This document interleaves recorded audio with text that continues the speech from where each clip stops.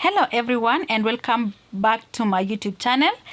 And if you are new here, welcome. And if you're watching this video for the first time, welcome, and don't forget to subscribe. It's free. And on today's video, we are diving into a really interesting and somewhat controversial topic that you might have noticed if you have ever driven through a Nigerian village. Empty mansions. Yeah, you heard me right. All across Nigeria, you will find these stunning, luxurious homes sitting there with no one living in them. Why do so many Nigerians build massive houses in their hometowns only for them to stay empty? So let me break it down. From the bustling cities of Lagos and Abuja to the quiet, serene villages across the country, these grand structures are commonly sight. They are often beautifully designed, fully furnished, and yet completely abandoned. So, what's the deal? So, to understand why, we have to take a closer look at the cultural, economic, and emotional reasons behind this phenomenon. So let's start with the first one, the traditional and cultural ties. So as you all know that Nigerians have a deep connection to their ancestral villages. No matter how successful someone becomes in the city or abroad, there is an expectation to maintain a strong ties to the village. And one way to show that connection is by building a home there, and not a small home, a huge one. So many Jamaicans believe that a home in the village is a way of staying rooted. It's not just a home, it's a legacy, a place for family gatherings, celebrations, and even a final resting place after death. This cultural significance is huge. Now let's talk about Nigerians in the diaspora. Many Nigerians live and work abroad, sending money back home to build these mansions.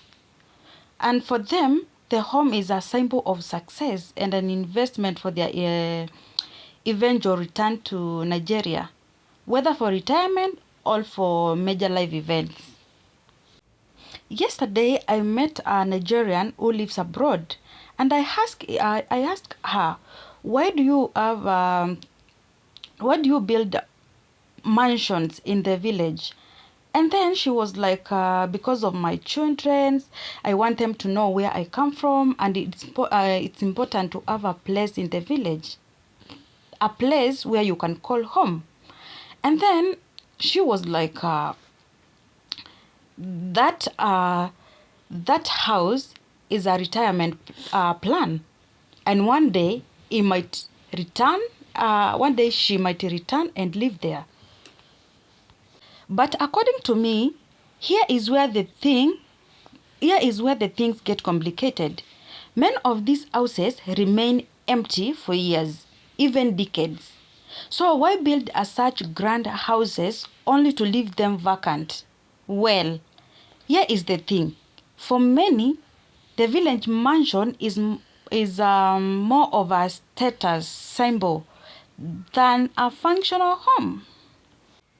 And in Nigerian culture, wealth and status are often displayed through tangible assets, that is like big houses, flash cars, and so on. Even if the mansion is not lived in, it represents success to the community. It's a way of showing that I've made it. But sometimes reality catches up. People often overestimate their ability to maintain these homes, leading them falling into disrepair. And with the high cost of maintaining such large properties, it's often impractical to live in. And another big factor is insecurity. Unfortunately, many villages in Nigeria face security challenges like theft, kidnapping, and even communal violence. As a result, people fear living in these isolated mansions, choosing instead to stay in more secure urban areas. And in some areas, returning to the village is seen as a risk. People don't want to be targeted because of their wealth, so they keep the house vacant. So, to recap, Nigerians build these empty mansions for cultural reasons, as symbol of success, and for future plans of returning home. But often they are left unoccupied due to practically high maintenance costs and security concerns. And at the end of the day, these mansions tells a story of ambition, tradition, and sometimes missed expectations. While they might stand empty, they are filled with meaning for those who built them.